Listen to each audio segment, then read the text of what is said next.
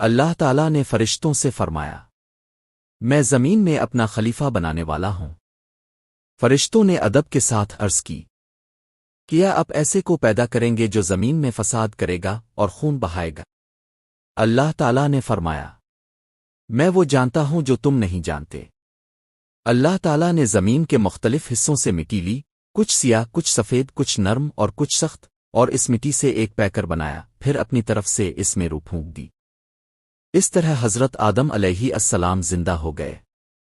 جب حضرت آدم علیہ السلام پیدا ہوئے تو اللہ نے فرشتوں کو حکم دیا، آدم کو سجدہ کرو۔ تمام فرشتوں نے سجدہ کیا مگر ابلیس، جو دراصل ایک جن تھا، اس نے سجدہ کرنے سے انکار کر دیا۔ اس نے کہا، میں آگ سے بنا ہوں اور یہ مٹی سے، میں اس سے بہتر ہوں۔ اللہ نے اس پر لعنت فرمائی اور اسے جنت سے نکال دیا۔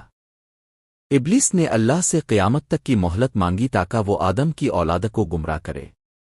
اللہ نے مہلت دے دی مگر فرمایا، میرے مخلص بندوں پر تیرا کوئی زور نہیں چلے گا۔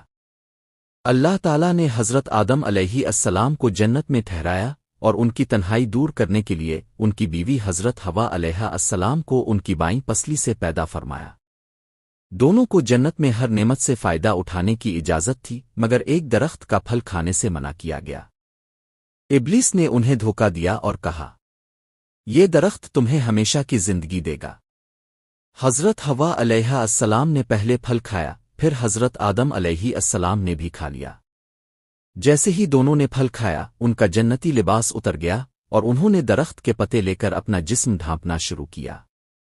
اللہ تعالیٰ نے ناراض ہو کر فرمایا، اترو تم سب یہاں سے، تم ایک دوسرے کے دشمن ہوگے اور زمین میں ایک مقررہ وقت تک رہو گے۔ حضرت آدم علیہ السلام سری لنکا، جبل سرندیب میں اور حضرت حوا علیہ السلام جدہ میں آتری۔ دونوں نے اللہ سے توبہ کی اور گریہ و زاری کے ساتھ دعا کی۔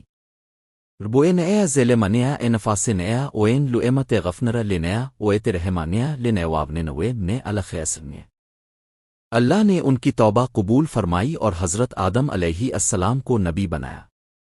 دنیا میں ان کے بیٹوں میں قابیل اور حابیل پیدا ہوئے۔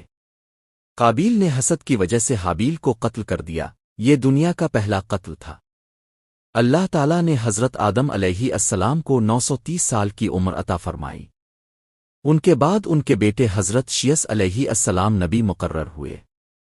حضرت آدم علیہ السلام پہلے انسان، پہلے نبی اور ساری انسانیت کے باپ تھے۔